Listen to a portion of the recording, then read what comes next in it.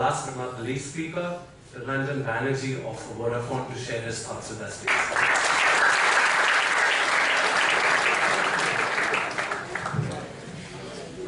Hi, very good afternoon. What's up? Good afternoon, sir. Can I hear a louder? Good afternoon.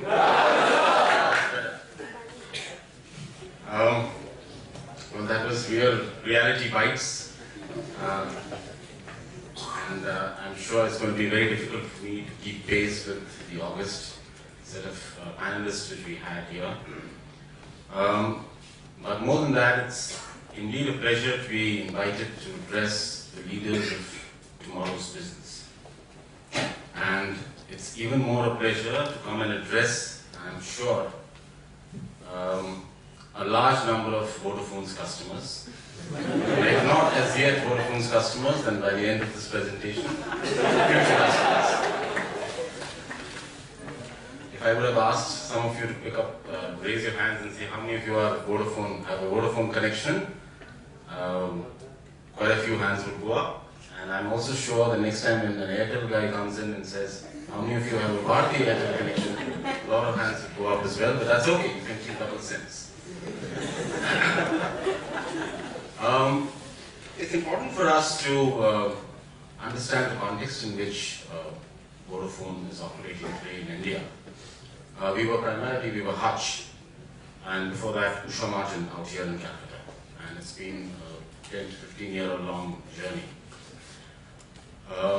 We moved from Usha Martin from Command to Hutch, and Hutchison Wanpoa is a company which is based out of Hong Kong. And thereafter, Vodafone acquired Hutchison SR in 2007.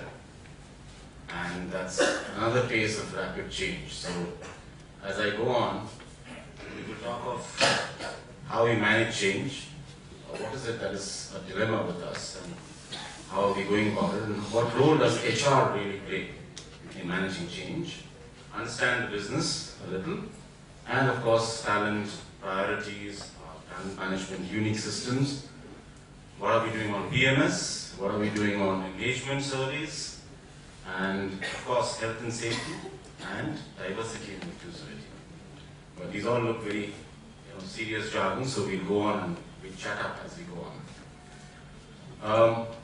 If we really go on to managing change, and if one was to understand the context in which change occurs in any organization,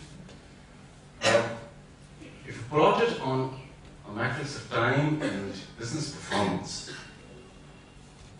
when we talk of change, we are actually saying that from the current state in which we are operating, we want to change because we want to become better.